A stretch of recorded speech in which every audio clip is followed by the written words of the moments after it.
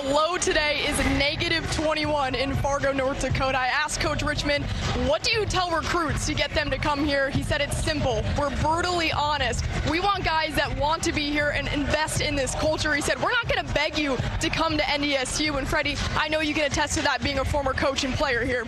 Well, Oscar Clough, basketball was never the plan for him. He swam and played rugby growing up. He didn't pick up a basketball until he was around 15 years old.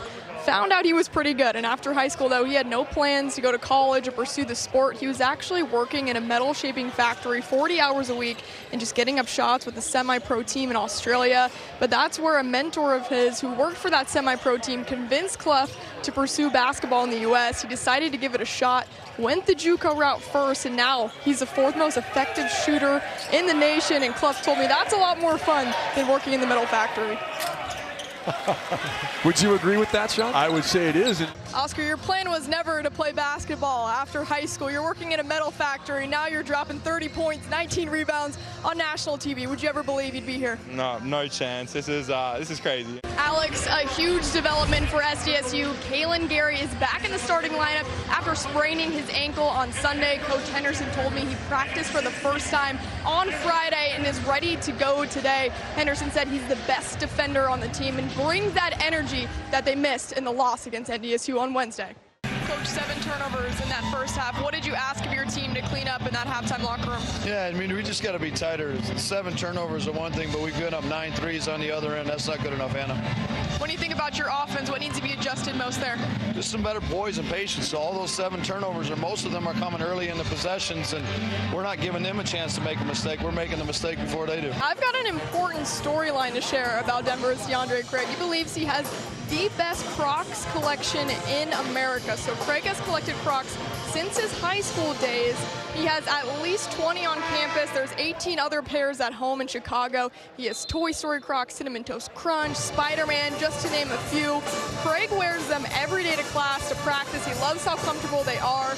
And I'm hoping a representative of Crocs is watching this game right now. We can get him some NIL deals. Maybe throw Sean in on that as well, guys. Sean's a big Crocs guy. Tony Osborne had a unique way to catch some attention at an elite camp to get recruited. Osborne told me he had little to no interest from any school, and this elite camp was one of his last chances to get offered. So Osborne's just over 6 feet. He's not the biggest guy out there, so he told me he had to stand out somehow, and Osborne showed up at camp in a McLovin t-shirt. Yes, the character from Superbad, and he did catch attention of current Omaha assistant Kyan Brown, who referred to him as McLovin the entire camp. Osborne ended up having a great showing, was eventually offered by Omaha. Guys, the rest is history, and I did try to get a hold of that t-shirt, but Osborne told me it's long gone. McLovin lighting it up tonight here on his home floor. Where's the heart rate at right now? It's slowed down now, but it was at a pretty good level, that's for sure. This team is still playing for more. A share of the regular season titles on the line. How much of a confidence boost is this for the team in a close win? Yeah, I mean, well, Kansas City was picked to win the league for a reason. I mean, they're gritty. They play a low possession game.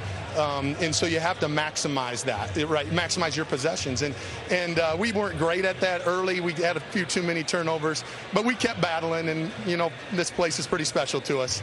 This team has faced its fair share of adversity. Owen Larson goes down. Don't see him in this second half. How did this team stay together? Yeah, we just talked before, you know, when we found out Owen wasn't going to play. Just, you don't have to do too much, right? Just be yourself. We got enough with just that. And so don't try to be a hero. Don't try to do too much, and just play together and celebrate each other.